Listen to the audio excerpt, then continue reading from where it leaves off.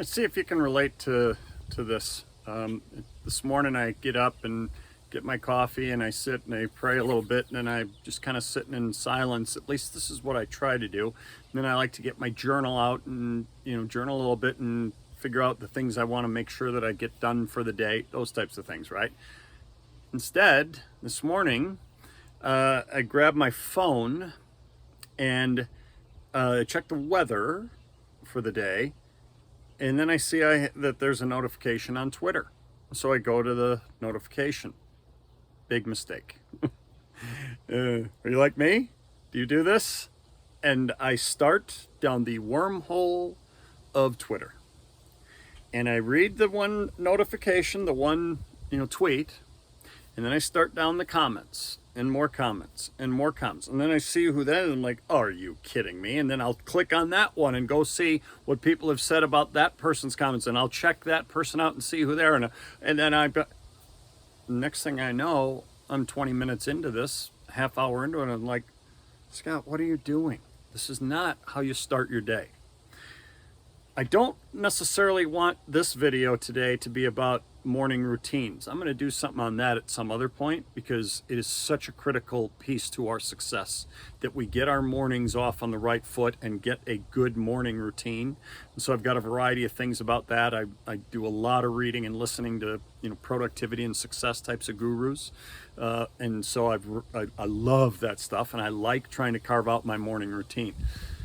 Well, let me just say this. I'm not going to, as I said, I'm not going to do that right now, but I will say that they all say, don't open Twitter or any social media.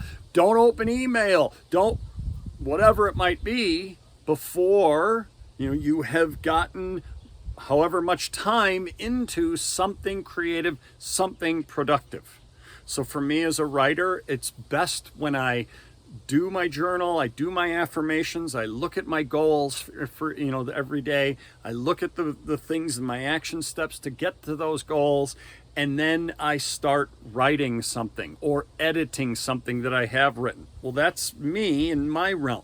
But what in your realm can you do that would help you get on a path towards success, as opposed to going down a wormhole or rabbit hole or whatever you want to call it? You're going down a hole, and it's not good on social media, okay? It's a terrible habit. But here's why I wanted to talk about it with you today.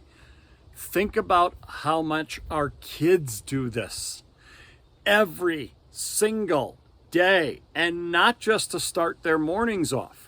They start their day with it. They then do it at breakfast. They then do it midday. Then they do it in the afternoon. And then they're trying to go to bed and they're still doing it. And let's face it, the wormholes they're going down are not filled with positive messages. This is what I do. I'm reading political things. And of course, I don't just read the ones that are affirming my ideas. Oh no, I have to read I like reading the other side on things so that I can be informed. That's not where Twitter's not the place to get information.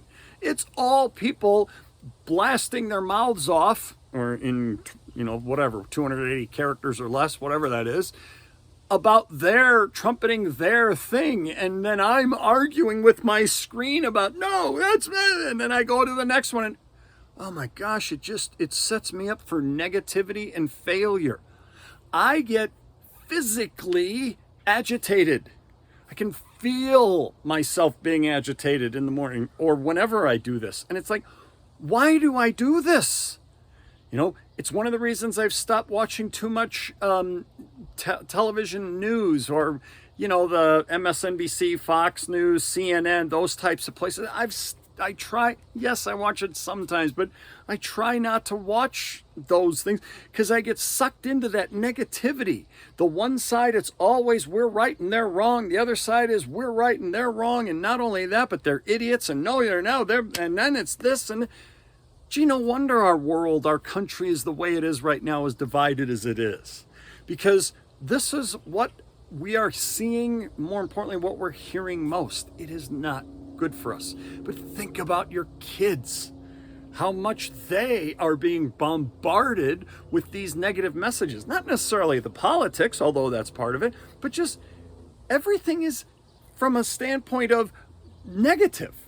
That your kid might post something positive that happened to them, and they'll go, wait, yeah, well, I bet it, and boom, they just start getting criticized and attacked for it. It's like, oh, it's just it's not mind numbing, it's just soul wrenching. It just pulls everything apart in me.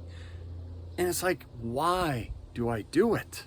Okay, that's the big question I have to ask myself each time I do this. Why did you just do that? Stop. And so think about this for yourself first. Are you going down those wormholes and rabbit holes and allowing yourself to get sucked in? How is it affecting your attitude? My gosh, I have people in my life, adults in my life, who I don't want to be around because of that attitude. They've gotten sucked into it so much that then that's all they want to spew about and talk about. It's like, I don't want to be around that. Right? So that's the first thing. How is it affecting you? And of course, then second, how are you turning around and affecting others because of it? I said affecting, but almost sounded like I said infecting others. Probably the same kind of situation, isn't it? Third, most importantly, your athletes, your students. How are they being sucked into these types of down these wormholes? How are they being sucked into this social media and the bombardment of criticism, the shaming that they're going through, the bullying that they're often dealing with? How is that affecting them? And fourth, what can you do to change that? Positive, positive, positive. They need more positive messages coming from us adults. They get so much negativity thrown at them, and they get sucked down into these wormholes themselves so often. They need positives from us.